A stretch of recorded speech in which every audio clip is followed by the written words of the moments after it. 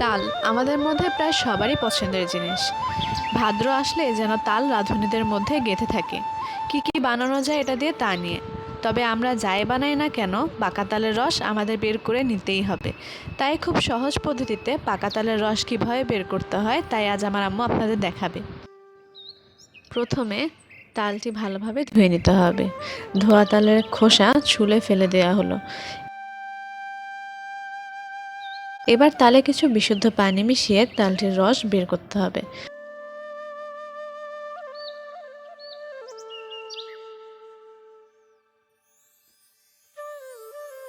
রসটিকে ছাঁকনি দিয়ে ছেঁকে নিতে হবে।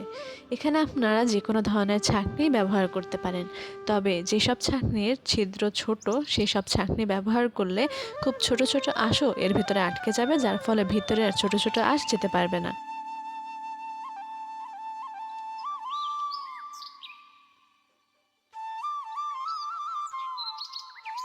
ছাঁকা হয়ে গেলে এক পর্যায়ে দেখা যাবে ছাঁকনিতে এভাবে আঁশগুলো জমা হয়েছে। আমাদের তালের রস বের করে নেওয়া হয়ে গিয়েছে। এবার রসটিকে চুলায় দিয়ে 2 থেকে 3 মিনিট জাল করার পরে চুলা থেকে ঠান্ডা হওয়ার অপেক্ষা করতে হবে।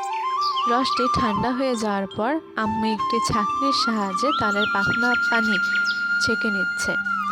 পাতলা পানি ছেঁকে নিলে তালের যে তিতা ভাব থাকে ওই তিতা ভাব চলে যায়। দুধ ছাঁকনা ব্যবহার করা হয়েছে, কিন্তু আপনাদের বাসায় যদি পাতলা কাপড় থাকে আপনারা পাতলা কাপড়ও ব্যবহার করতে পারেন। তালের রস থেকে পানি বের করার কারণে তালের রসটা অনেকটাই ঘন হয়ে গিয়েছে।